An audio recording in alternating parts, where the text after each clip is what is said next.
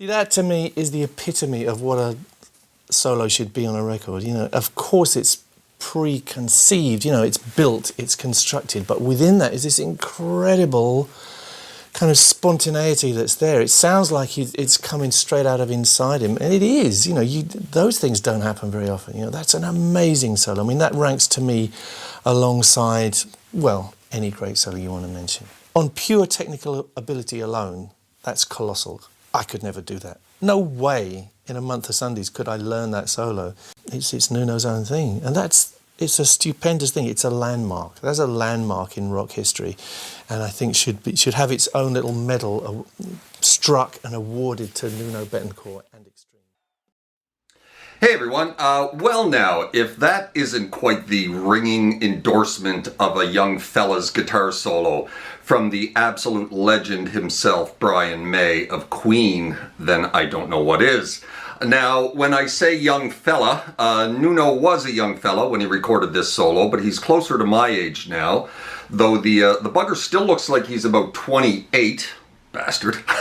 That, of course, was the great Nuno Bettencourt of Extreme, with my take on the solo to the band's Get the Funk Out from their 1990 album Porno Graffiti.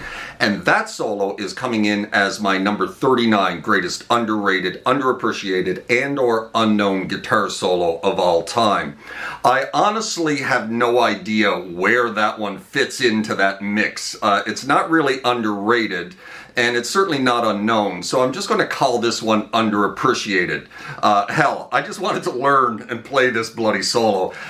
There is an argument to be made for calling this underrated, however, when one really looks at it, as it's one of the greatest solos from the whole 80s and early 90s shred boom, and yet Guitar World magazine didn't have it on their editor's pick of the top 100 greatest solos of all time list. And in addition, just a few weeks ago, they did a reader poll of the top 50 greatest solos of all time, and it wasn't there either. Shameful. I'd have it on any top 50 solo list any day of the week and twice on Sunday. I'd like to tell you how many times in the past week I've practiced that two-handed tapping section in this solo, but I'm not going to because it's embarrassing. And when I say embarrassing, what I mean is that I was embarrassingly bad at it the first couple of nights after learning it, so I had to go over it A few times. How many times did I go over it? Let's just say that it was a lot, like a lot. God damn, is it hard to play, but I'm nothing if not determined. Still managed to cock it up a bit at the start, but it sounds pretty close, I think. The thing that makes this particular two-handed tapping lick so difficult is not only the speed and precision of the second half, way up here in the higher registers, where you really don't have much room on these tiny little frets up here to be doing two-handed tapping. And it's going so fast that it's really hard to keep both hands, keep an eye on both hands at the same time to keep them in the correct positions. In addition, it's also really awkwardly phrased, and there's tons of string skipping going on here to contend with as well. The whole thing is very non-linear and quite unlike a lot of other two-handed tapping licks, which generally tend to be quite linear in their approach, really like up and down, up and down. Really clever stuff, really. Now, if you know me, I've not had kind words in the past with regards to two-handed tapping. I generally don't like it and avoid it in my own playing at all costs. However, there are my own reasons for that. It was a technique, of course, first made famous by Eddie Van Halen.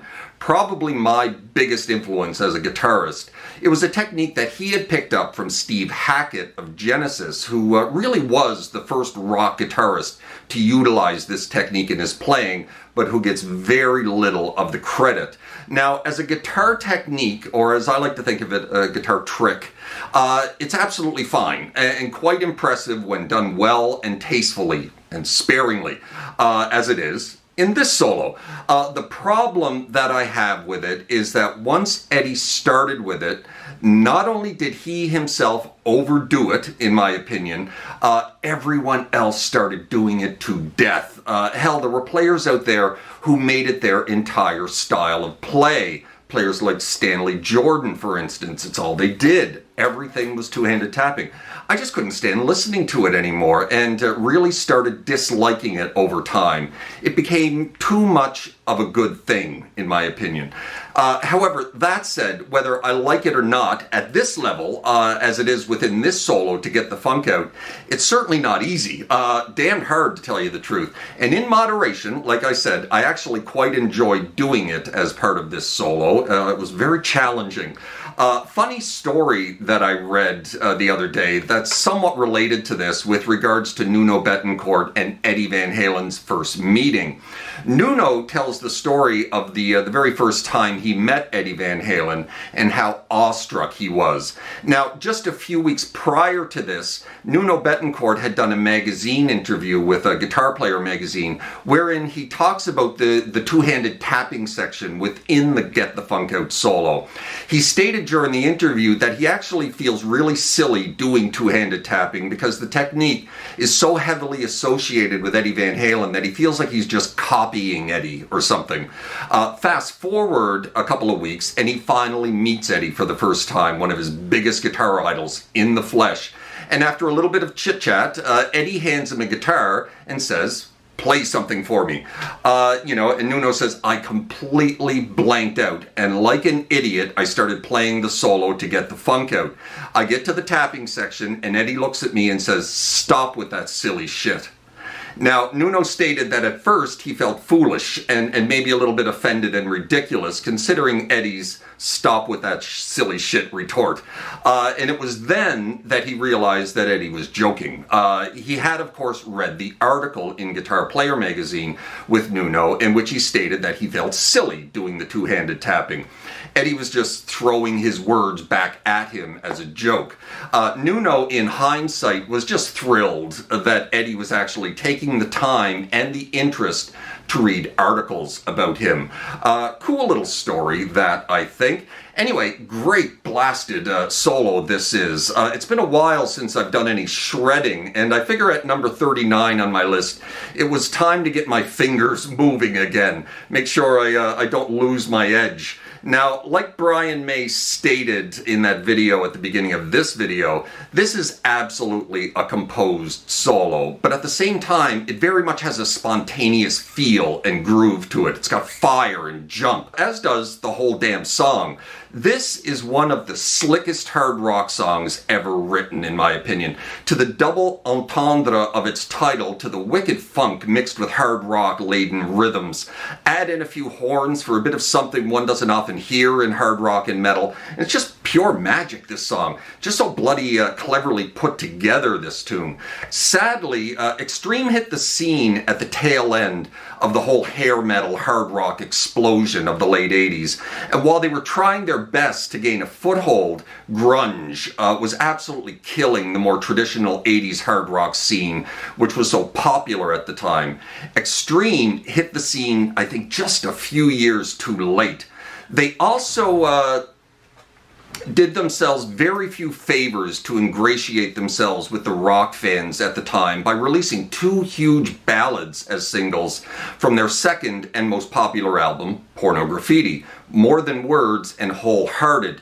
Two singles that went top 5 all over the place, yet turned off a heck of a lot of rock fans from the band, while pulling in a lot of fans who expected nothing but soft rock from them. There were a hell of a lot of copies of Porno Graffiti returned to record shops once people heard the rest of the album and found out that it wasn't all like More Than Words and Wholehearted. They ended up releasing a few more albums throughout the 90s. I think they put out 5 albums in the 90s, but would never match the success of Porno Graffiti with any of them, especially now that grunge and alt-rock was steamrolling everything in its path. They pretty much became a one-album wonder type of band, and that album, as successful as it was, had unfortunately created a real love 'em or hate 'em type reaction from the rock music community. They were like the Nickelback of 1990 and 91 to some degree, sadly. Nuno and lead singer Gary Cherone would disband the group by the mid-90s and then reform numerous times throughout the 2000s to tour the kind of nostalgia circuit. Yet they never did release any new material during this time, and they still haven't, actually. Nuno has actually spent the last 10 years or so as pop artist Rihanna's touring guitarist. A strange fit, to say the least, but it's work, and Nuno was pretty much given free rein to be himself, as Rihanna was looking for much more of a rock feel to her live shows as compared to her rather lightweight radio fare. Regardless, Nuno was one of the real shining stars to come out of the whole 80s and early 90s guitar shred boom, and unlike a lot of his contemporaries from that era, he's still out there shredding and is a very highly respected player in guitar circles to this very day. And today we're giving him some love here on my channel for his absolutely fantastic solo to the band Extreme's Get the Funk Out. I hope you like my take on this one. It was a lot of fun. And that is all I got to say about Extreme, and more importantly, the great Nuno Bettencourt. Hope you're well, playing hard in your little guitar corner of the world, as always. I seem to have developed a catchphrase there. I should make some mugs and t-shirts, you know. Hope you're well in your little guitar. I'm in my little guitar corner of the world. Anyway, you guys take care of yourselves. We'll see you next time. Cheers.